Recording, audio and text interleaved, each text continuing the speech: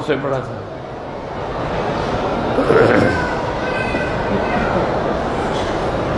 हमारे यहाँ रिवाज है, कोई मर जाए तो तीसरे दिन कुल करते हैं, पर ये सब बिदअत है, नाजायज़ है, करना भी नाजायज़, खाना भी नाजायज़।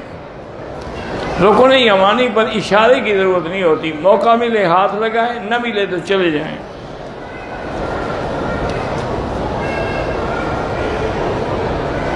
किसी गैर कौम का एक बच्चा लिया, जवान हो जाए पर्दा करना होगा, वो आपका बच्चा तो नहीं है।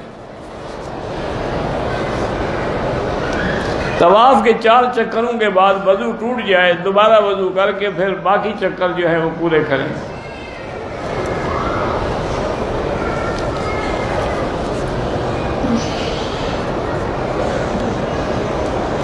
कहते हैं कि जो औरत निकाह के बगैर फौत हो गई, आखिरत में उसको मर्द मिलेगा, अगर वो तमन्ना करेगी तो मिलेगा। वलकुम फिया मा तश्तही अनफुसुकुम, आप जो चाहेंगे मिलेगा।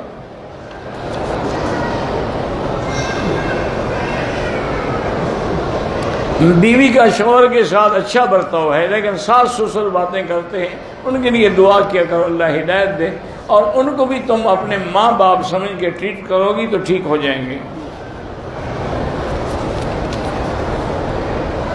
उम्रा करें या कोई जब भी नियत करेंगे तो लब्बैक पढ़ेंगे, लब्बैक बे उम्रतिन, और कम अज़ कम 3 दफ़ा लब्बैक अल्लाहुम्मा लब्बैक आखिर तक।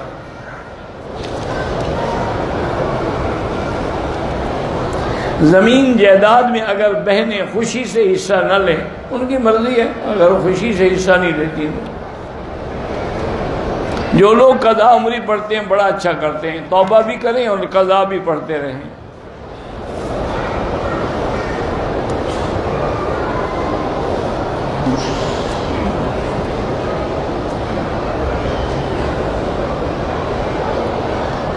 दुर्र शावाल, मुझे 3 लड़कियां हैं, पता नहीं क्या।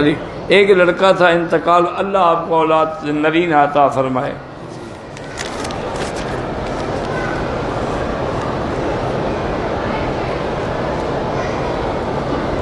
मैंने मदीने से इहराम बांध लिया, 2 रकात भी पढ़ी, नीयत भी कर ली, सवारी में सवार होकर मक्के की तरफ चल पड़े। मीकात गुजर जाने के बाद लब्बैक पढ़ा, ठीक है।